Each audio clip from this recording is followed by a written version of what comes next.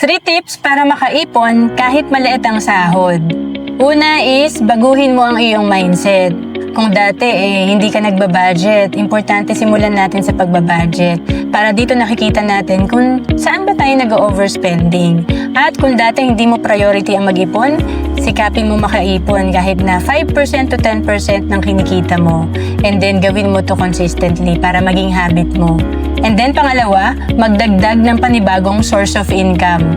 Dahil nga maliit ang kita natin, magagawa natin makapag-ipon kung meron tayong other source of income. Kasi madalas naman talaga kulang ang ating kinikita dahil mataas talaga ang ating expenses or mataas ang ating responsibility.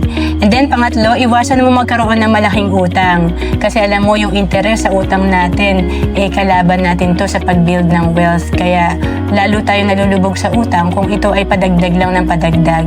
And to know more about savings and investment, message mo lang ako sa FB, Roan Celis Capistrano.